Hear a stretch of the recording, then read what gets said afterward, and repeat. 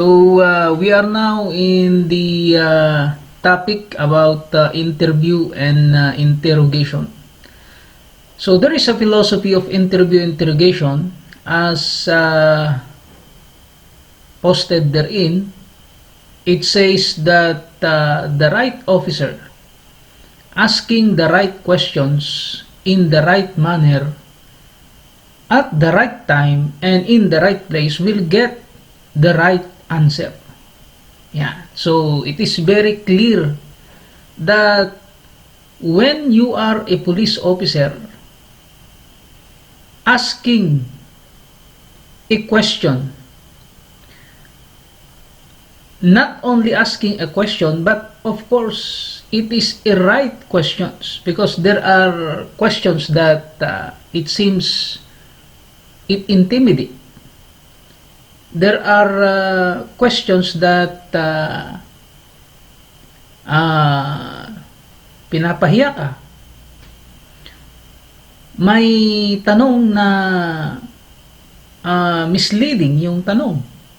Instead, ikaw yung witness, nagiging criminal ka na on the way they are going to ask question.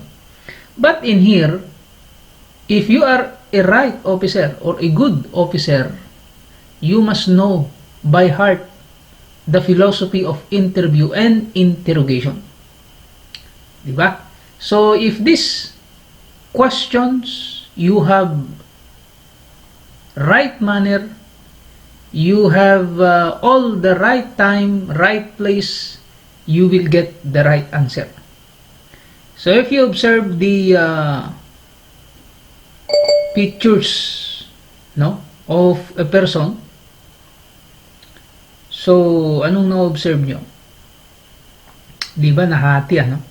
So ganyan kasi ang tao. Depende, di ba? Depende sa taong kinakausap mo kung ano ka. Kung yung kakausap sa'yo, sa pakiramdam mo, sa tingin mo, okay itong pulis na ito, matutulungan niya ako, o kaya ay kampante ako dito. So makikita nyo, ano, yung other face naman yan ay parang nagagalit, kasi may mga investigador talaga na intimidating talaga. Yung pagka-pulis nila, yung police character nila, ina-apply nila sa civilian. So take note this, future investigator, no?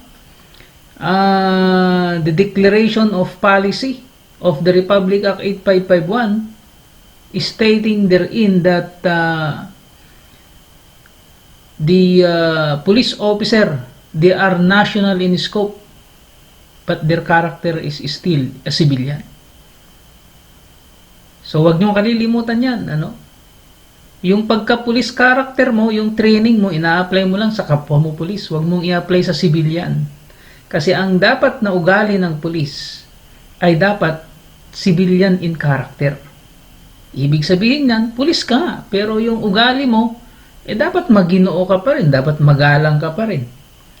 Dapat karespeto ka pa rin. Pati pananalita mo, galaw mo, hindi porket nakabaril ka. No? So, yan dapat, ang tandaan ninyo, future police officer. Now, ano ang pinagkaiba ng interview sa interrogation? So, unahin muna natin itong interview, So, pag sinabi nating interview, this is the simple questioning of a person. Okay? So, bakit tinatawag na simple questioning? Kasi, yung kinakausap mo is cooperative. He is cooperating to the conduct of investigation. So, kung baga dito, mayroon kayong mutual you have a mutual vision, no? You have a mutual vision, or you have a mutual mission and your mission or your vision is the end of that or the result of that is justice. That's why yung kinakausap mo, he is very much cooperative, he is very much willing to tell the truth. So that is interview. Pag kinakausap mo, okay lang, nagre-response. Okay? Paano kung hindi siya nagre-response? Paano kung kinakausap mo, iba-iba yung kanyang sinasabi? Interview ba yan? No, hindi na, no? Yan na yung interrogation.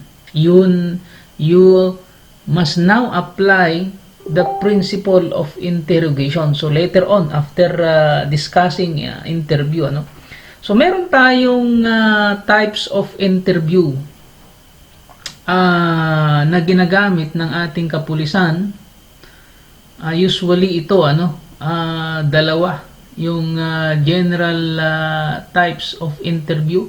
We have the cognitive interview and question and answer style of interview. Ito yung common, no? So magtatanong si investigator, sasagot ka. Tatanong si investigator, sasagot ka, no? So that is question and answer style of interview. So these are common practice by the investigator, whereby after each question by the investigator, the interviewee is required to answer on what he knows about what is being asked. Samantalang dito sa cognitive interview, iba naman ito kasi depende kasi sa subject. Pag sinabi nating subject, yung ini-interview mo, no? So subject ang tawag natin yan, ano? Yan nga, nakalagay dyan, the interviewee. Yan, yung interviewee. Interviewer, yung nag-i-interview.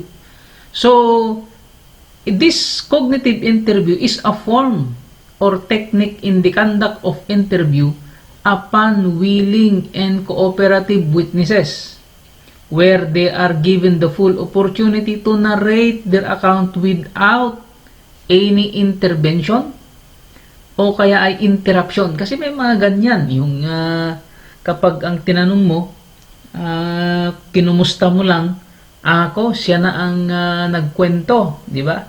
Binangka niya na ang nangyari kahapon ng umaga hanggang sa hapon na, no? Hanggang tinuloy-tuloy niya pa kung anong nangyari kanina. So yan yung mga tinatawag nating ibang uri ng subject. Hindi kagaya dito sa question and answer, kapag tinanong mo, no, kumusta ka? Okay lang, ganun lang, no? Anong ulam mo kanina? Adobo, ganun lang, no? Dito sa cognitive interview, kahit hindi mo na i-follow up question, magkukwento na yan. So, ang technique dyan, do not interrupt the subject. So, just allow him to narrate his account kung ano yung nalalaman niya. Ganun talaga. And then, hintayin mong mag-stop, saka mo siya follow up kung meron kang gustong i-follow up na itanong. Now, meron tayong golden rule in interview. Kung meron tayong golden rule in investigation, meron din tayong golden rule in interview, no? So sabi diyan, never conduct or let anyone conduct an interview if the interviewer has not gone to the crime scene. So dapat ang mag-i-interview is anyone, no? Anybody who are there. Halimbawa, busy yung team leader nyo, no? Mag-uutos siya, dapat ang uutusan niya, yung mga kasama niyang pumunta, no? So, baka naman dahil mayroong cum laude dyan, ito, magaling ito, ikaw na mag-interview, hindi pala siya nakasama. So, mali na yung proseso. So, dapat tatandaan ng team leader o kaya ay yung mag-i-interview, napunta na ba siya doon? Ano ba kasi ang logic behind, no, na kailangan mong nandun ka? Kasi para alam mo naman yung i-interview, alam mo yung itatanong mo. Kasi kung hindi mo alam yung crime, you are just imagining, then you will be no? Kung ano-ano na lang yung tinatanong mo, mamimislead na, no? Yung result ng interview. Baka yun na nga, ano yung sinabi natin, hindi lang makasagot, baka nagagalit ka na. Paano hindi makasagot? Hindi mo naman alam yung tinatanong mo sa kanya, no? You are not the right officer to ask question to the subject. So, ganun lang yun, ano?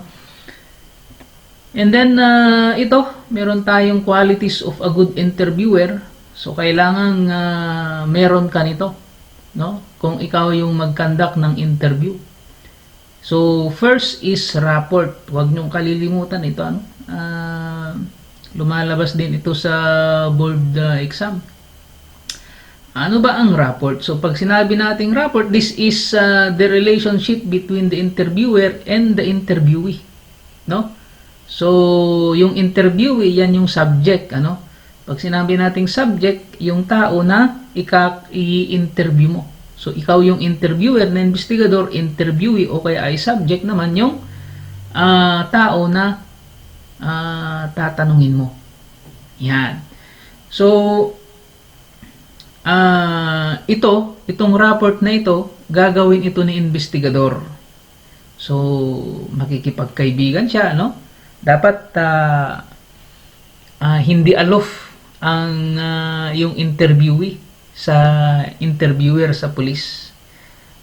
Yung mga iba nakasibilyan, ano, pag tinatanong kasi syempre gusto niya kasing matanggal yung pagka-pulis niya, no? Para hindi naman maramdaman ni interviewee na delikado, lalo na kung meron siyang bad experience sa mga pulis, ano, matanggal 'yon para ma-establish yung rapport or yung magandang samahan, magandang pagkakaibigan. Yan namang forceful personality, this is the appearance of the interviewer and other qualities such as skills of communication techniques. Take note, this is communication techniques. So, tinawag lang yan na forceful personality. Ibig lang sabihin yan na do not joke, no? Kung mag-joke ka man, hindi puro joke, no? Ang magiging result niyan, hindi na maniniwala sa iyo yung subject, no, or yung interviewee. Bakit? Puro na lang sabi niya, bulataw pala ito no? Di pala ito seryoso Kaya dapat the way you are going to ask, you must be serious, no? So nakikita ni interviewee that really you are true when you are going to ask question, when you are going to talk. Dapat hindi pinipilosopo, no? So dapat this is a technique, skills in communication. So sabi nga diyan, ano, the force of his language are the mainstay of the strength of his character. Ayan. Okay, so knowledge of human behavior, dapat meron ka rin yan, ano? Alam nyo, ito kasi is instinct kasi ito, yung knowledge of human behavior. Instinct yan. While you are talking, kaharap mo yung subject, yung interviewee, dapat nababasa mo yung behavior niya. Kasi may mga tao hindi nagsasalita di ba? Dapat dyan pa lang, make a means para mapagsalita mo yung tao. Kasi instinct yan, as I've said, and that is skill. So, nasa tao na yan on how he will get closer. Kaya nga nandyan yung nandyan yung susunod dyan, yung acting qualities. At nandyan din yung humility. Dapat meron yan, sa qualities ng good interviewer. Ano ang purpose? Bakit may mga ganyan? Ang purpose lang yan ay to establish yung rapport ng number 1. No? Kasi kung wala yung rapport, no? hindi kayo parehas ng understanding ng purpose. Ikaw lang ang purpose mo lang ay makakuha ng information, samantalang siya natatakot siya sa iyo. So kaya dapat alam mo yan, knowledge of human behavior and the conversational tone of voice, no? So it must not be confrontational na sinisigawan mo, maghintay ka muna, idaan mo muna sa interview, no? So interrogation naman kapag confrontational in nature. Kapag conversational, yan ay interview. Kapag confrontational, that is interrogation. Okay? So, yung acting qualities, minsan kasi talagang ganyan no? Lalo na kung, sa bagay, kung babae yung interviewee, ang interviewer naman dyan, babae rin. Yan. So, kung lalaki sa lalaking pulis din, So, yan, ganyan yan para maiwasan natin, yung mga violation of human rights o kaya ay pambabastos kung babae yan. Baka sasabihin niya na pinagsasamantalahan mo yung babae, makakasuhan ka pa kung ikaw yung lalaki. At ganun din sa mga bata. Okay, so kailangan yan yung acting qualities. O kaya ay yung medyo mahina yung medyo low IQ, yung sinasabi nilang low IQ. O kaya ay may konting diferensya sa pag-iisip. So you need to adjust also your behavior, the way you are going to deal with to your subject. So mag-a-adjust ka. Yan. And humility, you must be courteous. So alam naman natin pag sinabi natin courteous or courtesy, other term yan ay respect. So dapat you must be sympathetic, no? And humble. Okay, so pwede mo namang sir, tawaging sir, or ma'am. Yung ibang mga pulis kasi ang gusto ng ibang pulis sila yung sineser. Actually, hindi no? 'Di ba? Sa LEA, sa law enforcement discussion, civilian is supreme over the police. So, yung pulis sana, sila ang mag-ma'am, mag-sir. No? Yung ibang mga pulis kasi, pag hindi mo inadresan ng ma'am at sir, makikita mo na medyo astig-astigan na. No? May mga ganun remember this, ang purpose o kaya ay ang aim is to get the sympathy of the subject. Huwag niyong kalilimutan yan. Kasi kung yung subject ninyo aloof na sa inyo, ayaw na, tatawagin mo ayaw na. Kasi may trabaho yan nakakadisturbo naman yung interview, mag-uusap kayo ng isang oras. Yung isang oras, marami na siyang nagawa sa bukid. So yan dapat, no? So dapat humility, no? And we have here, ito na yung sinasabi natin, reason why witnesses refuse to talk or testify. First is fear of reprisal. So witnesses who lack the courage to face the suspect, his associate or relatives always entertain the fear of reprisal, no? So takot, so takot siya na harapin yung suspect, no? So yan yung mga reason. Karamihan yan. Ayokong madamay dyan. Kahit alam nila. Kaya nga, minsan, kung walang matinik, walang matinding eyewitness, minsan, nakukulangan yung ebidensya, nadidismiss ang kaso. No? So, next is the great inconvenience. No? So, ito naman yung busy. Yan yung other reason. Bakit ayaw nilang mag-testify? Ako nga, nasubukan kong nag-testify. Talagang nakakakuan yan. Nakaka-waste of time yan. Wala ka namang magawa kasi order ng korte yan na you need to appear in court. No? Kaya nga lang, may mga tao talaga na ayaw. Kasi nga, siya pa yung isang araw na magtatrabaho sila. Kung di sila nagtrabaho, wala silang kita, wala silang pangkain sa kinabukasan. Next is hatred against the police. Ito, yung mga abusadong police. Kaya mayroon pa rin sa atin dito na galit sa police. Bakit? Kasi may mga police din kasi na, yun nga yung sinabi ko, astig-astigan, siga-sigahan. Nakabaril lang, naka-uniforme lang. Kala mo kung sinong manita. Hindi man lang ginagalang yung matanda. Wala man lang, hindi mo makita yung respeto sa tao. That's why meron yan, yung hatred. Galit sila, ayaw nilang makikooperate. Bakit?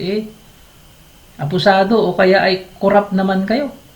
Yung mga nangungutong, galit na sila sa pulis.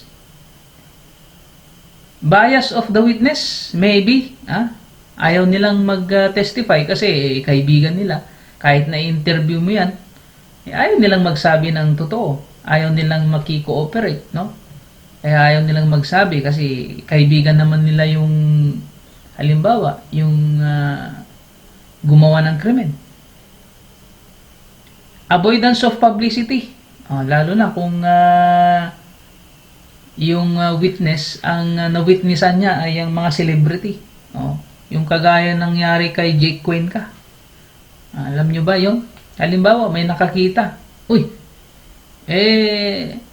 Pag yung mga ganyan, artista, yung mga celebrity natin, pag magsalita ka, itututok yung camera sa'yo. Yan, may mga ganyan. Yun ngang magpa-picture, ayaw nila Yan pa kayang camera na at mapapublicity ka, maipapakita ka sa TV. And of course, yung iba rin, family restriction. Dahil ayaw ng tatay, ayaw ng nanay.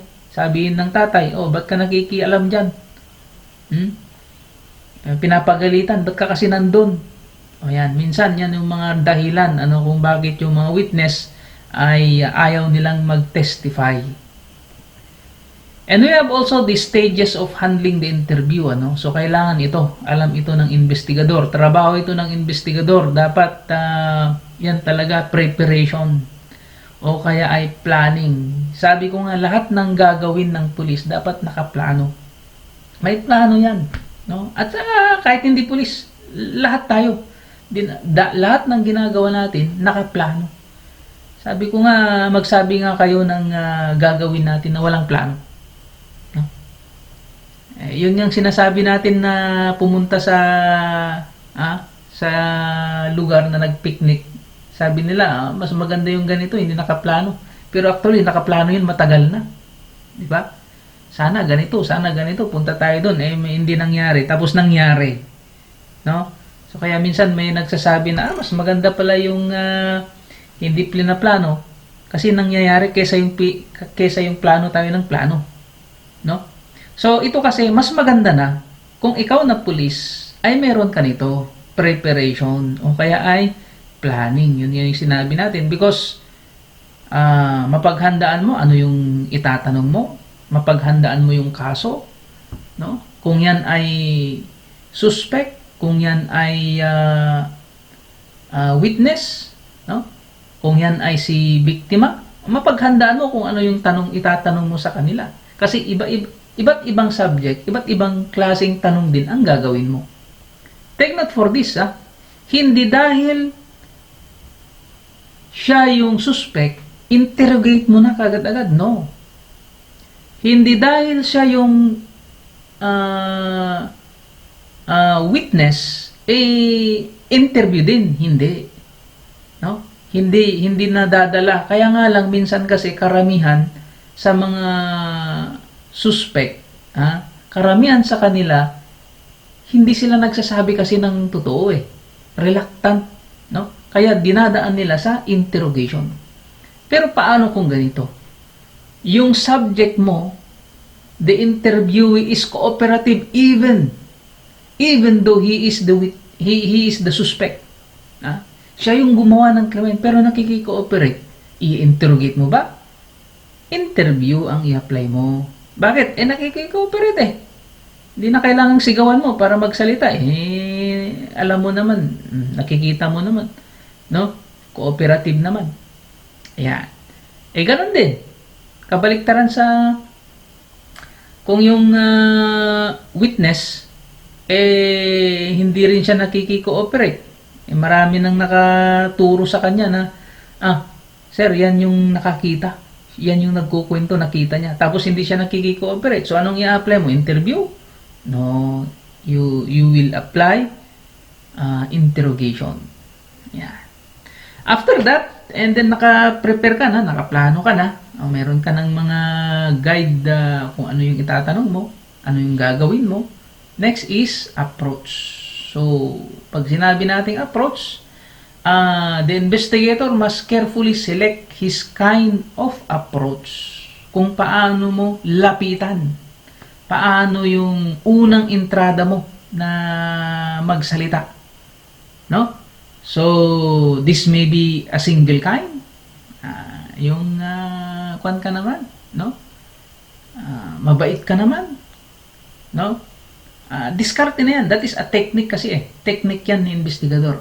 Yung iba, no, tinitimplahan ng kape, no? Tapos ino-offer at doon na umpisahan niya ng tanungin. Ayan na nga yung next is warming up. Yung warming up na yan, preliminary yan. Ayan, preliminary, yung kumustahan, anong pangalan mo, taga saan ka. Those are preliminary question, no? Para naman yung ambience or yung pakiramdam niya medyo at ease siya, hindi yung ninenervyos. Makita ka lang, ninenervyos na. Okay? And after warming up, yan na, you are now going to ask, no? Either you will apply the cognitive interview o kaya ay yung question and answer style of interview. Okay? So, meron tayong rules in questioning a person. Ito one question at a time. Hindi yung hindi niya nga masagot-sagot yung isa. Tatanungin mo na naman. Tapos diretso tatanungin mo. Hindi na niya alam kung anong sasagutin niya. And then avoid implied answer. Ano ba yung implied answer? Hindi dahil tumango, yes na. Hindi dahil ngumuwi, no? Yung gumano, yung alam yung ayaw, yung ulo niya, shinik niya na ganun. Hindi, huwag mong i-interpret, no? Iklaro mo, Huwag kang mag-conclude na, yes, yung sagot niya, o kaya I know yung sagot niya. Tapos papagalitan mo kung bakit na yes, hindi, dapat iklaro mo kung ano yung sagot niya at bakit yun ang kanyang sagot. Kasi nga, yan sa last, so dapat i-avoid nyo yung yes and no answer. No? Kung nag-yes man siya, dapat iklaro din niya. Kaya nga dyan sa number letter B, avoid implied answer, huwag mong i-interpret. Do not interpret kung ano yung expression, yung body movements niya, o do not interpret, you must elaborate it. Yan. And simplicity of question. Ruling in investigation is that on the language that the subject must understand. Kung Ilocano siya, Ilocano, Tagalog, Tagalog. Kung English, di mag-English ka. No? So, ganyan yan. And the question must be simple, yung naiintindihan. No? And then, saving faces. May mga tanong kasi na embarrassing question. So, do not, lalong-lalo na kung yung crime na nangyari ay, halimbawa, yung mga rape, no? Yung mga act of lasciviousness, yung mga pambabastos, medyo precaution ka on the words that you are going to use. Kasi kung napahiya yan, kung yan yung biktima, yan yung witness, mapapahiya siya, wala na, aalis na yan. Paano ka pa makakabuo ng information, makakagather ng data para sa investigation mo. Okay? And note, after the interview, do not forget to say thank you. Diba? Ganyan, yan ang police. Diba? Hindi yung siga-sigahan ka dyan. Hindi naman ganun eh. Alam mo yung mga ganyan, old tradition ang mga yan. Ngayon, hindi na. No? Hindi na ngayon ang mga yan. Yung mga training ninyo class is only sa kasi dapat dalawa kasi ang ugali ng pulis eh. Yung police character na sinasabi nila, ina-apply mo lang yan kapag may sa kapwa mo pulis, no? Ikaw yung opisyal. Alangan naman na ikaw pa ang mag-share sa kwan mo, no? Dapat sila, i-apply mo yan sa kasama mong pulis. Pero pagdating naman sa civilian, sila naman ang irespeto mo, no? So, iba yung karakter mo pagdating sa kapwa mo pulis at iba naman yung karakter mo or attitude mo sa civilian. Yan. Okay? So, yan na. And there are types of witnesses according to their attitude. So, meron tayong tinatawag na know-nothing type. Take note for this, know-nothing type. Type nila ang mga ito. Parang wala silang alam. Pero, ang totoo, well, in fact, alam nila yung nangyari. So, there are reluctant type of witnesses. So, ito, reluctant ang mga ito. And meron din yung disinterested type. Ang tawag natin dyan ay disinterested kung sila ay uncooperative. Halimbawa, si Pedro yung witness, linapitan mo, ikaw ba si Pedro? Umalis na, hindi ka na kinakausap, disinterested. Kasi alam niya na i-interview mo siya. Drunken type, ito na, may mga ganyan. Painom ka man, sir. Di ba? May mga ganyan eh. Kinikikilan yung mga pulis. Pag nakainom, yan na. Mag-umpisa ng salita, kwento ng kwento. At yan, technique din yan, ano. So, pagbigyan mo kung ikaw yung investigator, no? Pero tingnan mo lang, baka ikaw naman yung maunang malasing. Wala na yung purpose ng pag-iimbestiga mo. At meron din tayong talkative type, no?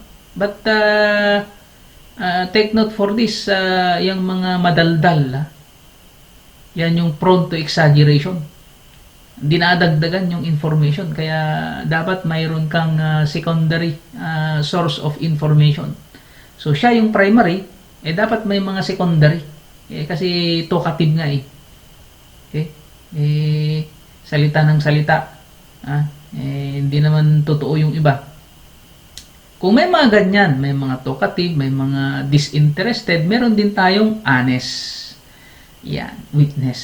So, ibig sabihin ng honest, these are a witness that truthful, they are cooperative witness.